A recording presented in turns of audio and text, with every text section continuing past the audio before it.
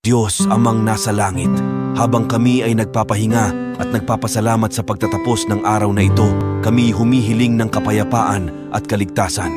Nasusulat sa Isaiah 41 verse 10 ng iyong pangako, "Huwag kang matakot, sapagkat ako'y sumasa iyo.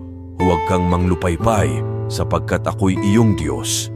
Aking palalakasin ka, oo, aking tutulungan ka, oo, aking aalalayan ka ng kanang kamay ng aking katuwiran."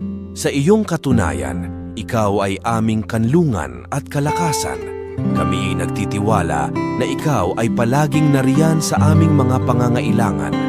Ang iyong presensya at pagmamahal ay nagbibigay lakas sa amin na harapin ang bawat araw. Sa iyong mga pangako, kami nagpapatuloy na magtiwala at mag-alab na sumunod sa iyo. Salamat, Panginoon, sa iyong pagmamahal at katapatan. Sa ngalan ni Jesus. Amen.